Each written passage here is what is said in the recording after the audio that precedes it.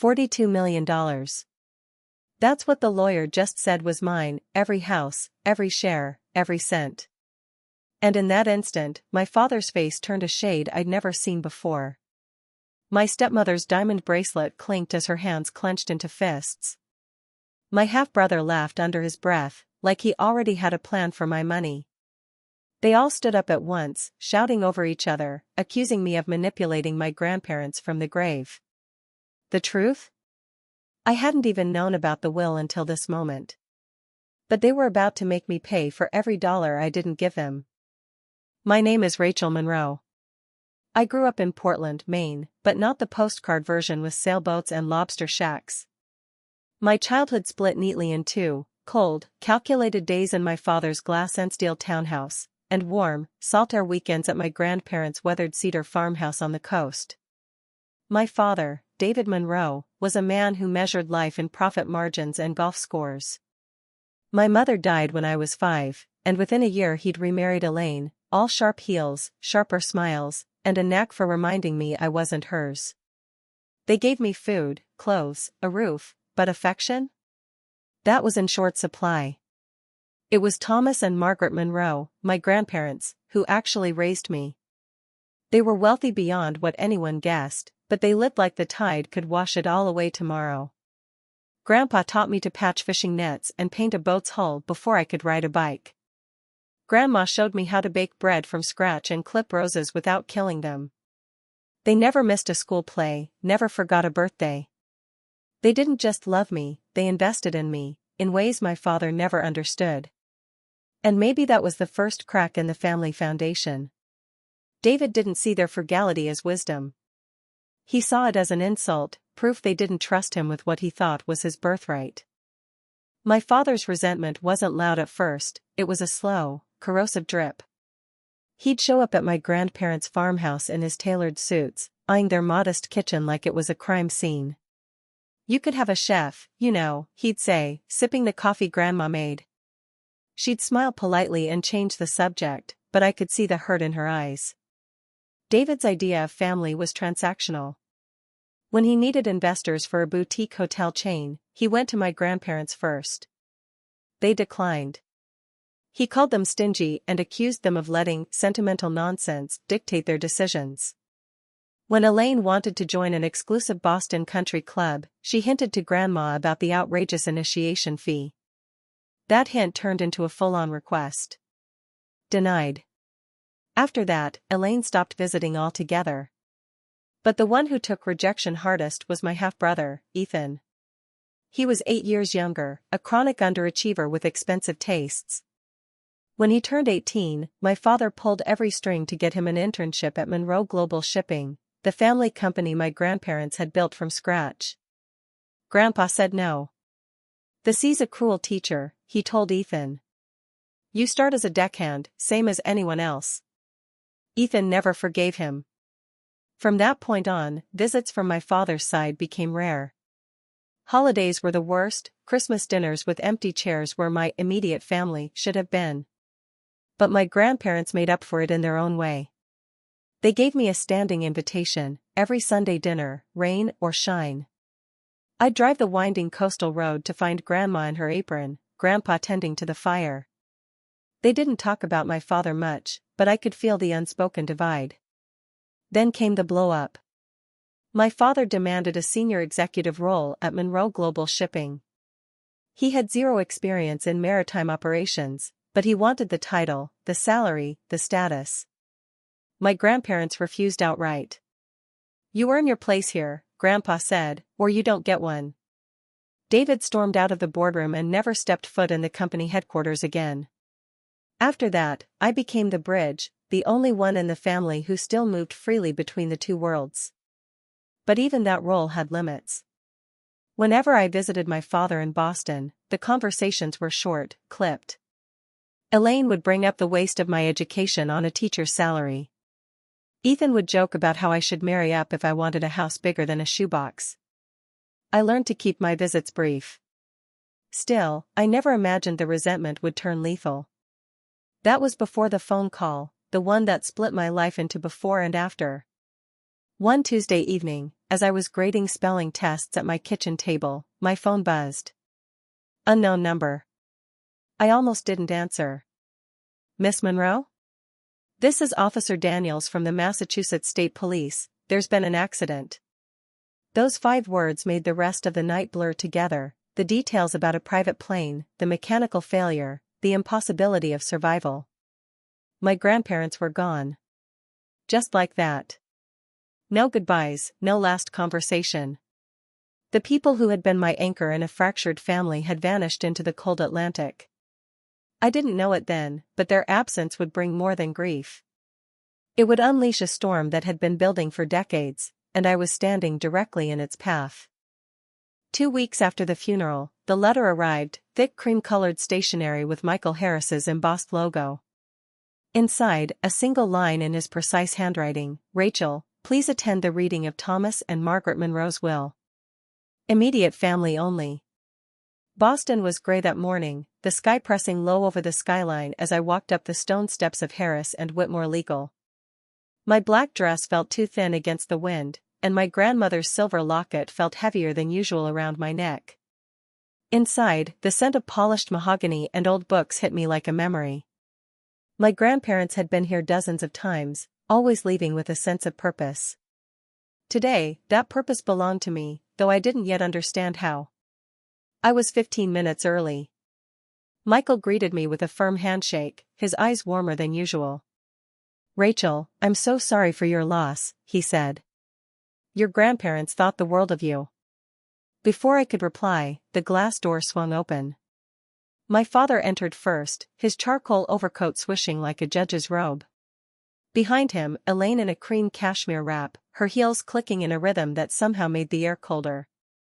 Ethan sauntered in last, sunglasses still on despite the overcast sky, thumbing through his phone.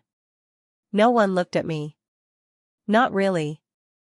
Just quick glances, measuring me the way you measure a locked door, wondering how to get through it. "Let's get this over with," David said, checking his watch. Michael's smile thinned. "Of course. Right this way." The conference room was all oak and leather, a long table running the length of the space. My father took the seat at the far end, Elaine beside him. Ethan dropped into the chair next to her, spinning it half around like he was in a dorm lounge. I chose a seat near Michael's right hand, close enough to the papers to feel anchored. Michael cleared his throat. "Before I begin, I want to make it clear, Thomas and Margaret Monroe were of sound mind when this document was prepared last year. They reviewed it thoroughly, made their intentions explicit, and certified them with witnesses." My father gave a short, derisive laugh. "Just read it, Michael. We all know how this works." The reading began like any other legal formality, revocations of earlier wills, designation of executors. My mind drifted to the last Sunday dinner I'd had with them, Grandma's laugh, Grandpa's slow smile. And then the words that snapped me back into the room. "To our beloved granddaughter, Rachel Monroe, we leave our entire estate, including but not limited to, all cash assets totaling approximately $14 million, our investment portfolio valued at $21 million, all real estate holdings, including the Cape Cod property, valued at $6 million, and our controlling shares in Monroe Global Shipping." The silence was instant. Heavy. My breath caught. Did I hear that right? Everything?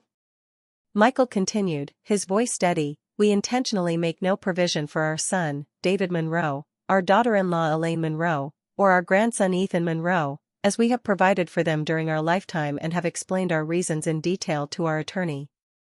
The chair leg screeched across the wood floor as my father shot to his feet. "Let me see that." He snatched the document from Michael's hands, scanning it like he could will the words to rearrange. Elaine's voice cut like glass. $42 million to a part-time teacher? She wouldn't know the first thing about managing it. Ethan leaned forward, his sunglasses slipping down his nose. "So, you're just gonna hand me my share, right, sis?" I couldn't speak. Not yet. But the way they were looking at me, I knew this wasn't just outrage. This was the opening move in a game they'd been waiting years to play. The conference room dissolved into noise, voices overlapping, accusations ricocheting off the paneled walls. Michael tried to speak, but my father's voice drowned everything out. "This is ridiculous, Rachel. You know this isn't how it's supposed to go." His tone was that familiar mix of authority and condescension, the one he used on employees he planned to fire. Elaine's hand curled over his forearm, her diamond bracelet catching the light. "Sweetheart," she said to me, sugar dripping over every syllable, "this is a lot for someone in your situation. Let your father handle it. He has the experience. You'll still be taken care of." Ethan let out a sharp laugh. "Yeah, we'll even make it generous. 10% should be more than enough for a teacher." The number hung in the air like a bad smell. 10%. Of what my grandparents had chosen to leave entirely to me. Michael's voice cut through the din. "Thomas and Margaret were very clear." "Don't quote them at me," my father snapped. He turned back to me, his eyes hard now. "You can sign the transfer paperwork today, or we'll contest the will. We'll drag this into court, tear apart your credibility, and make sure you lose everything." I stared at him, my pulse loud in my ears. "Why?" I asked. "Why would you fight their decision when you know?" "Because it's not fair." Ethan interrupted, shoving his chair back. "We're family. We deserve it too." The word family hit me like a slap.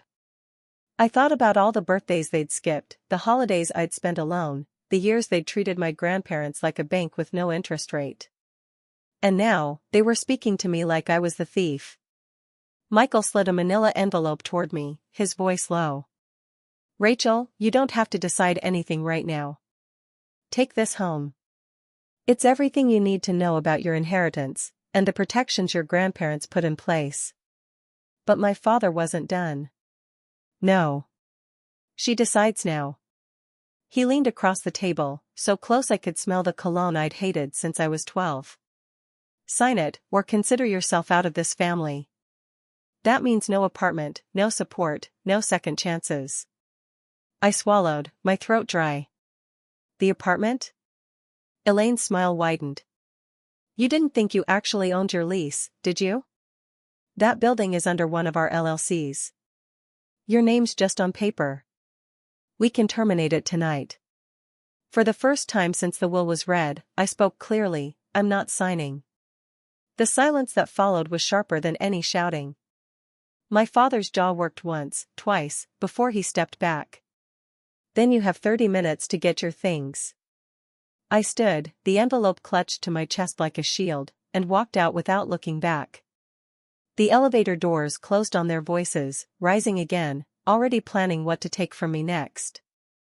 The rain started halfway through the cab ride back to my apartment, a cold, needling drizzle that blurred the city lights into smears. My phone buzzed with one new message: "Lease terminated, effective midnight." No signature.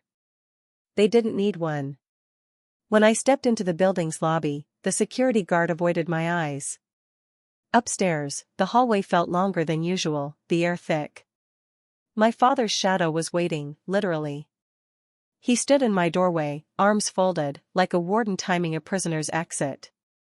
"You've got 28 minutes, he said flatly. I didn't answer. I just went inside and started moving on autopilot, clothes into duffel bags, laptop into a backpack, important documents shoved between layers of sweaters. The framed photos on the wall, the cheap couch I'd found secondhand, even the plant in the corner, all suddenly foreign, like props in someone else's life. When I grabbed the quilt my grandmother had made me, my father spoke again. "You're making a mistake you can't undo, Rachel." I didn't look at him. "No. I'm doing exactly what they wanted me to do." He didn't reply. When I stepped past him with my bags, he turned away, pulling out his phone. I knew he wouldn't watch me leave. He'd already erased me. The street was slick under my boots, my hair plastered to my face by the time I reached the curb. I had no destination, hotels required credit cards I couldn't max, friends would need explanations I wasn't ready to give. I just kept walking until the rain blurred into the glare of a street lamp, and my grandmother's locket felt like it was burning against my skin. I pulled out the manila envelope Michael had given me, my fingers trembling as I tore it open. On top was a letter, in his handwriting: "If you have nowhere to go, use the enclosed keys. The address will be safe." Beneath it, a set of brass keys jingled softly. One had a tag, Salem Cottage. The drive to Salem took just under an hour, the city giving way to dark stretches of highway and finally to the coastal air I'd grown up breathing. The cottage was tucked behind a row of wind-bent pines, its porch light glowing like a beacon. My headlights caught the figure of a man standing just off the gravel drive. He stepped forward as I got out, rain dripping from the brim of his cap. "Miss Rachel?" His voice was warm, certain. "I'm Frank Doyle. Your grandparents asked me to look after the property, and you, if it ever came to this." I blinked at him, too exhausted to hide my relief. "They knew?" He nodded. "They knew exactly how this would play out. Come inside, there's something you need to see." For the first time that night, the knot in my chest loosened just enough for me to follow him through the door. The cottage smelled faintly of cedar and salt, the kind of scent that makes you feel you've stepped outside of time. Frank hung his wet coat on a hook by the door and gestured toward the small sitting room. A fire crackled in the stone hearth, its warmth cutting through the dampness clinging to my skin. "Sit," he said, disappearing into the kitchen. Moments later, he returned with a leather-bound journal and a small tin box. "Your grandparents left these with me over a year ago. Said they were for your hands only." The journal's cover was worn, the corner softened from use. I opened it and immediately recognized my grandmother's looping handwriting. "May 15th, David visited today, first time in 8 months. No questions about our health. Only talk of needing $300,000 for a can't-miss investment. When we refused, he called us naive and stormed out." I flipped through page after page, each entry a time-stamped record of every visit, every phone call, every ask for money from my father, Elaine, and Ethan. Each refusal was followed by some variation of insult or disappearing act. Frank tapped the tin box. "This is the other half of the story." Inside, a stack of USB drives, each labeled with a date. "Security footage," he explained. "Your grandfather had me upgrade the system after he stopped trusting the one your father installed. Every visit to their Cape Cod house is recorded. Including what happened after the funeral." My stomach tightened. "What happened?" He looked at me carefully. "They came back. Not to grieve. To take." Before I could respond, a knock at the back door made Frank smile faintly. Right on time.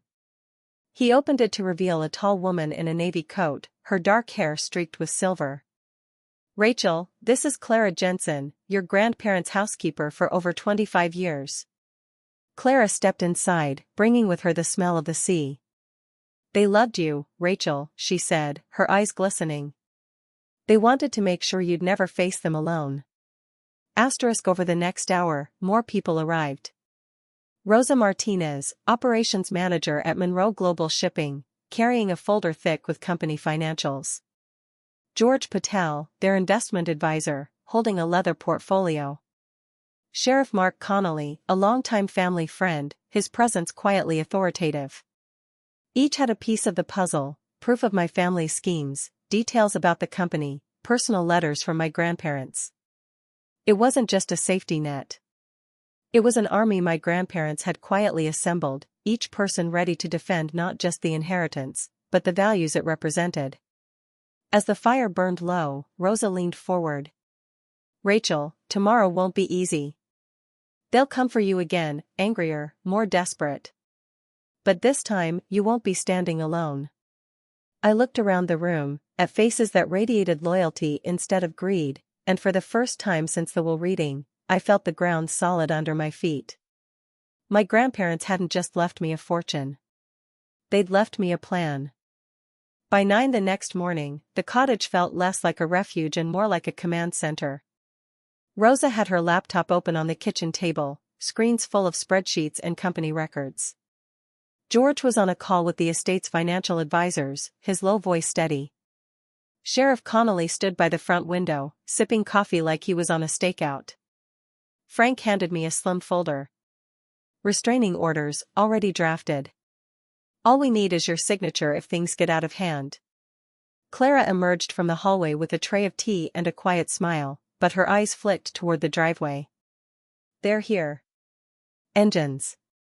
4 of them. My father's black Mercedes in front, Elaine's white SUV right behind, Ethan's cherry-red sports car roaring obnoxiously, and a dark blue sedan I didn't recognize, Aunt Lorraine's, most likely, here to pick the bones clean. The cars crunched to a stop on the gravel. Doors slammed. Voices rose. Then the pounding started, heavy fists on the front door, each thud rattling the glass panes. Frank opened it just far enough to stand in the gap. "This is private property," he said calmly. "You're trespassing." My father's voice cut through the damp morning air. "Don't play games, Frank. We're here for what belongs to us." I stepped into view, my pulse quick but steady. "It doesn't belong to you.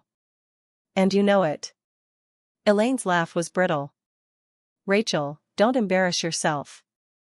Hand over the keys, the documents, and we'll make sure you're not left with nothing." Asterisk before I could answer, Rosa came to stand beside me, a tablet in her hands. "Actually," she said, "you've already taken enough. Including jewelry from the Cape Cod house after the funeral. We have security footage." She tapped the screen, and the sound of a familiar voice filled the air, Elaine's, saying, "She'll never notice this missing." Elaine's face drained of color. My father's narrowed. "You think a few videos will scare us?" Sheriff Connolly stepped forward, badge catching the light. "It's not about scaring you, David. It's about evidence. And I've got more than enough here to make this official if you don't leave now." Ethan tried to smirk, but it faltered when George emerged from the kitchen with another stack of files.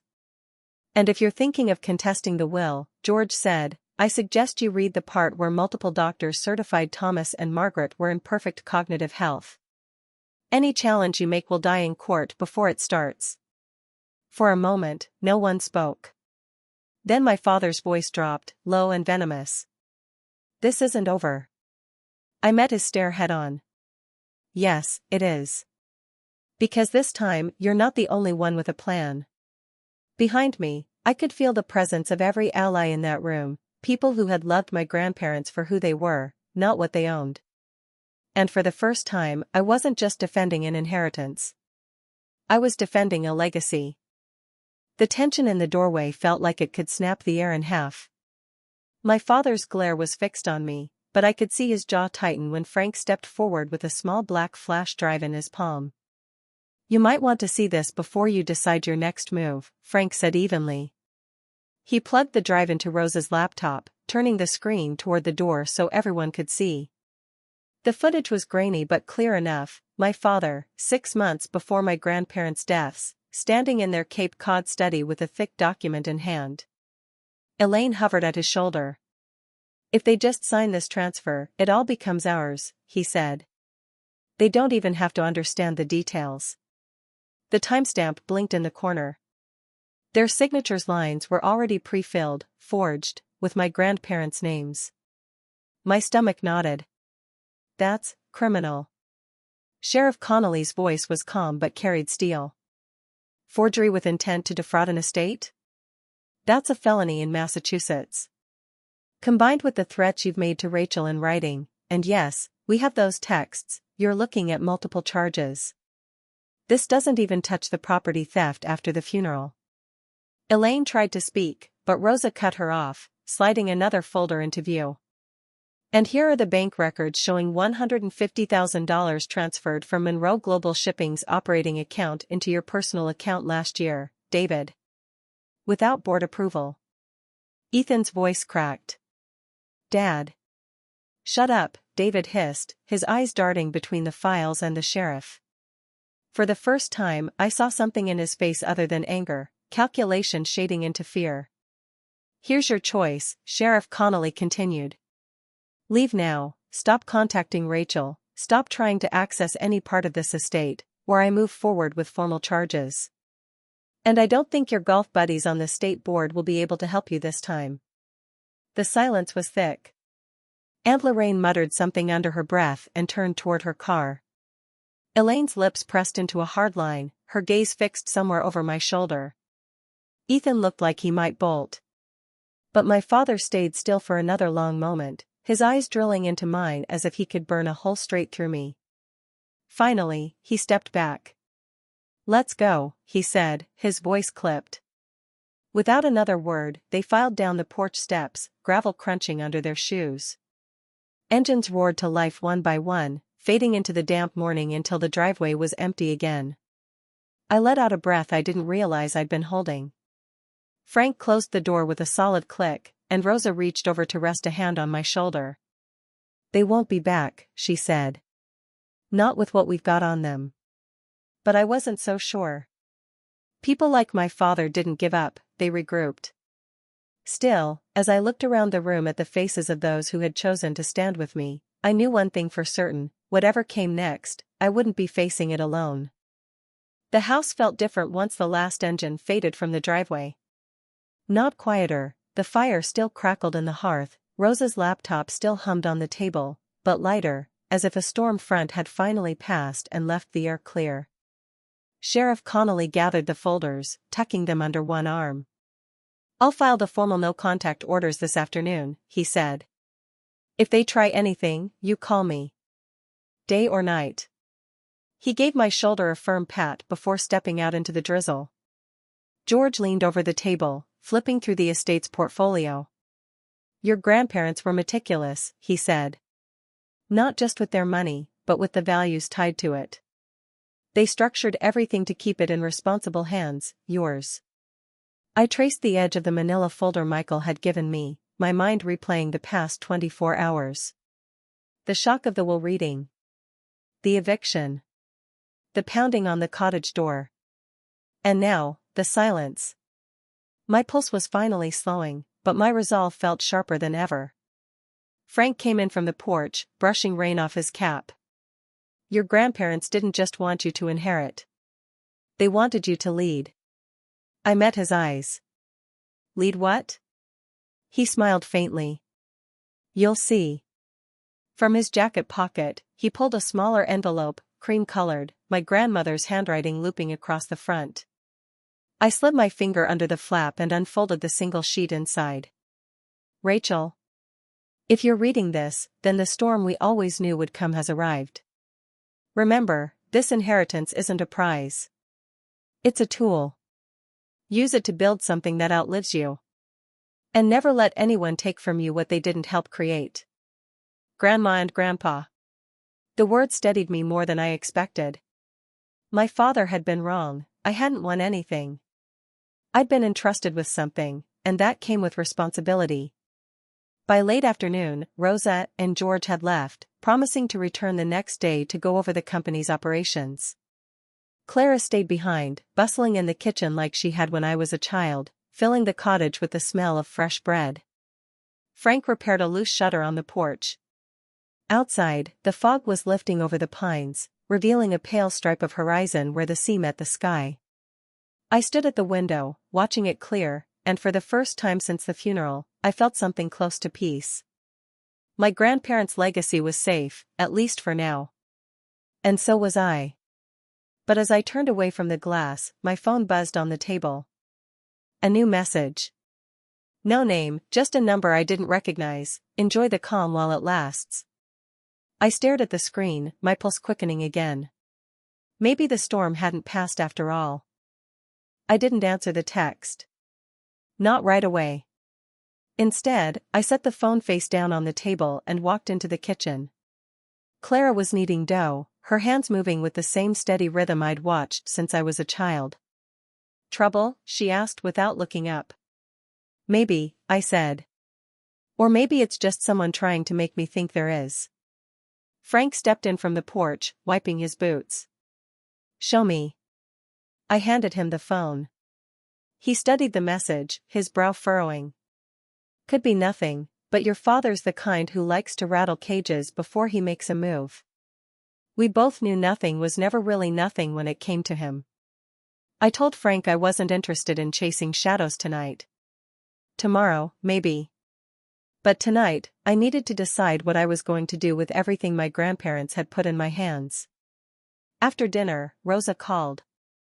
"I've been thinking about what your grandmother wrote in that letter," she said.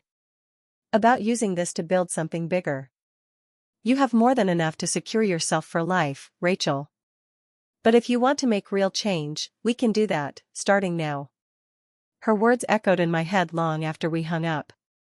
I thought about the scholarships my grandparents had funded quietly, the community events they'd hosted, the way their shipping company had supported not just employees, but entire families along the New England coast. They hadn't just made money. They'd built stability for people who had none. That night, sitting at the kitchen table with the journal open in front of me, I began to sketch out what I wanted the next chapter to look like. A scholarship fund in my grandparents' names. Upgrades to local schools that had been struggling for decades. Restoring the Cape Cod property as a community hub, not a private trophy. The more I wrote, the lighter I felt. For the first time since this started, my thoughts weren't about defending what I had, but about creating what I could give. By midnight, the plan was clear. I closed the journal, slid it back into the tin box, and locked it away. The phone was still on the table when I walked past. I glanced at it once more. That text was still there, waiting for a response. I deleted it without opening the thread. Some storms aren't worth chasing. And some legacies are too important to waste time on people who'll never understand them. 6 months passed in a blur. The days of tense phone calls and threats faded into a quiet I hadn't known in years. The will was settled. The no-contact orders held. My father and the others kept their distance, whether out of fear of prosecution or simple exhaustion, I didn't care to guess. The scholarship fund launched first. We awarded 10 full-ride college scholarships to local students that spring, each one chosen for grit, not grades alone. Then came the school renovations, a library with new computers, an art room stocked for years, heating systems that didn't groan through winter. At the Cape Cod property, we opened the community hall for vocational training and small business workshops. The same walls that had once echoed with family arguments now hummed with the sound of people building better lives. One Saturday morning, I drove out to the cemetery where my grandparents rested. The air was cool, the grass still damp from an early fog. I sat on the weathered bench by their headstone and pulled out the latest scholarship applications. "I think you'd like these kids," I said aloud. "Some remind me of you, stubborn, proud, and willing to work for every inch." A gull called overhead, the wind carrying the smell of salt and wild roses. For the first time since losing them, I didn't feel the ache of absence so sharply. Instead, I felt the weight of their presence in everything I'd done, and everything still ahead. I thought back to that letter my grandmother had written, "This inheritance isn't a prize. It's a tool." I understood now. They hadn't left me money so I could retreat into comfort. They'd left me resources to shape the kind of world they believed in. And the only way to honor them was to keep building it. As I stood to leave, I realized something else. The family I'd lost that day in the lawyer's office was never really mine to begin with. The people filling my Sundays now, Rosa, Frank, Clara, the scholarship students, the volunteers, they were my family. Not by blood, but by choice. Life lesson: blood may connect you, but values are what truly bind you. Protecting what's right isn't about clinging to what you're given, it's about using it to create something that matters. When I drove away from the cemetery, the road ahead was lined with golden leaves, the sky wide and clear. I didn't know every turn the journey would take, but I knew this much: my grandparents had trusted me to carry their legacy forward. And I would, with both hands, and without apology.